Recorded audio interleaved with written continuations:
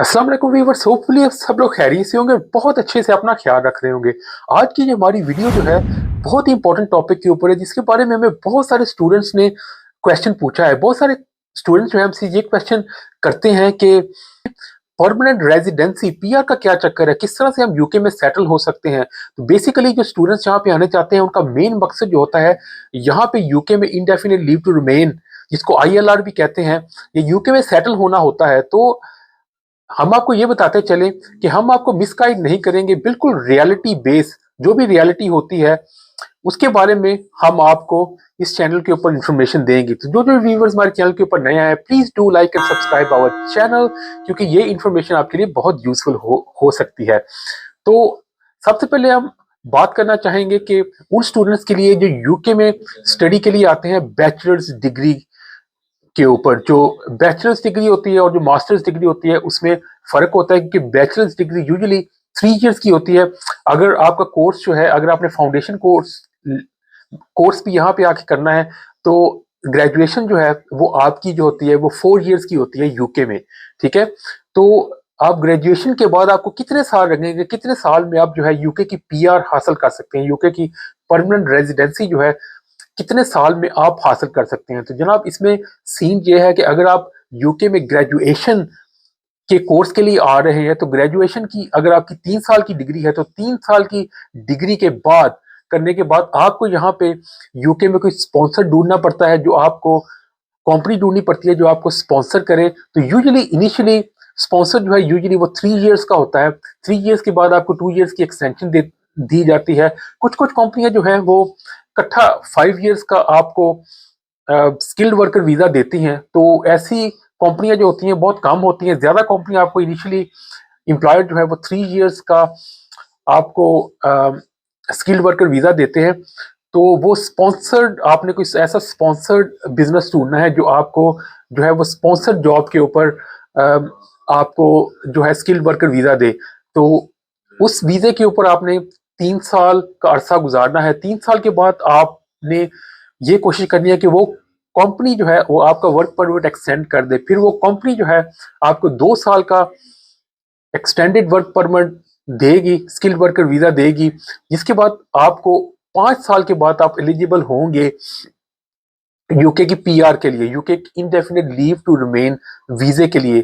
तो 3 साल आपकी ग्रेजुएशन की जो स्टडी है उसके बाद आपने डिग्री कंप्लीट की है, और 5 साल आपको यहाँ पे यूके में स्किल्ड वर्कर वीजे के ऊपर रहने के बाद आप परमानेंट रेजिडेंसी के लिए क्वालिफाइड होंगे।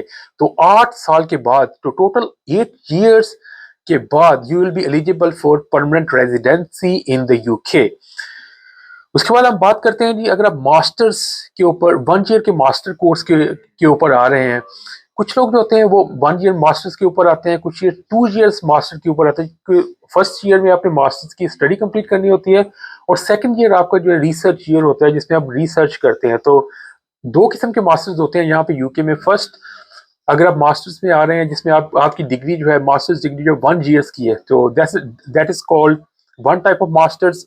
सेकंड मास्टर्स जो होता है उसमें 2 इयर्स का मास्टर्स होता है। 1 ईयर आपने स्टडी करनी होती है, सेकंड ईयर आपने जो है अपनी रिसर्च, अपने प्रोजेक्ट्स वगैरह करने होते हैं। ठीक है, तो अगर तो आप 1 ईयर के मास्टर्स प्रोग्राम के ऊपर यूके में आ रहे हैं, तो आपने 1 ईयर की स्टडी कंप्लीट करने के बाद आपने स्पॉन्सर ढूंढना है। सेम प्रोसेस, आपको स्पॉन्सर मिले उसके बाद आपने जो है 3 साल का अगर आपको मिलता है, 3 साल आपने स्पेंड करने हैं। उसके उसके बाद आपको 2 साल की एक्सटेंशन दी जाएगी।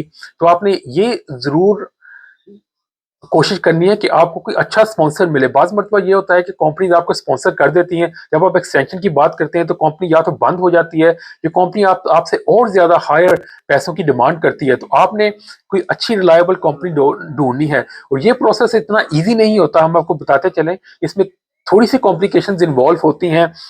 दूसरी बात ये होती है कि आपकी सैलरी भी एक सर्टेन थ्रेशोल्ड होता है।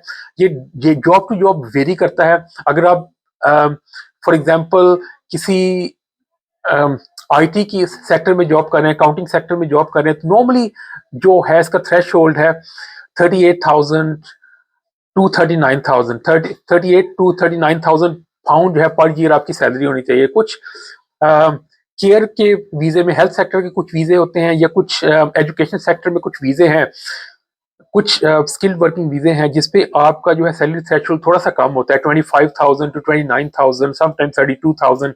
सो it depend varies from job to job, ठीक है। तो उसके बाद आपने जो है 1 ईयर आपकी मास्टर्स की डिग्री होगी जी, उसके अलावा 5 ईयर आपने यहाँ पे यूके में स्किल्ड वर्कर वीजे के ऊपर गुजारने हैं। तो total after 6 years you are eligible for indefinite leave to remain in the UK, जिसको हम परमानेंट रेजिडेंसी भी कहते हैं, ठीक है। तो ये जो है 2 रूट्स हमने आपको बताए यूके की परमानेंट रेजिडेंसी के। तो इंडेफिनिट लीव टू रिमेन का मतलब होता है कि आप यूके में इंडेफिनिट पीरियड के लिए रह सकते हैं। उसके 1 साल के बाद आपने यूके के पासपोर्ट के लिए अप्लाई करना होता है, तो उसका भी एक प्रोसेस है। अगर आपने इंडेफिनिट लीव के ऊपर 1 साल अपना कंप्लीट कर लिया, उसके बाद आप लीगली जो है वो यूके के पासपोर्ट के लिए अप्लाई करें, आपको यूके का पासपोर्ट मिल जाएगा, उसको नेचुरलाइजेशन कहते हैं। तो ये नेचुरलाइजेशन प्रोसेस के बाद आपको यूके का पासपोर्ट मिल जाएगा, ठीक है। और ये और अगर आप 2 years के मास्टर्स कोर्स के ऊपर यूके में आ रहे हैं तो आपको 2 years का मास्टर पहले कंप्लीट करना पड़ेगा। उसके अलावा 5 years आपको स्किल्ड वर्कर वीजे के ऊपर जहाँ पे गुजारने पड़ेंगे। टोटल 7 years के बाद आपको यूके की पीआर मिलेगी। तो ये था इन नटशेल यूके की परमानेंट रेजिडेंसी लेने का प्रोसेस जो हमने आपको इस वीडियो में एक्सप्लेन किया।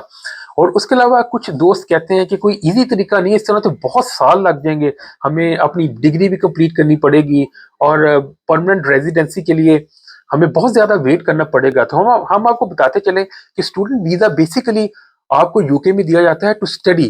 तो अगर अगर आप भी स्टूडेंट हैं, यूके का वीजा अप्लाई करना चाहते हैं, अगर आपसे इंटरव्यू में ये क्वेश्चन पूछा जाता है कि आप स्टडी कंप्लीट करने के बाद क्या करेंगे, तो आपने हमेशा उन्हें ये जवाब देना है कि I will complete my study and I will come back to my country. क्योंकि अगर आप ये कहेंगे कि मेरा मकसद जो है यूके में सेटल होने का है, तो आपको यूके का स्टूडेंट वीजा नहीं दिया जाएगा और आपका यूके का स्टूडेंट वीजा जो है वो रिफ्यूज भी हो सकता है, ठीक है। और एक और इजी तरीका भी होता है जिसकी मदद से आप इजीली यूके की जो है नेशनैलिटी हासिल कर सकते हैं।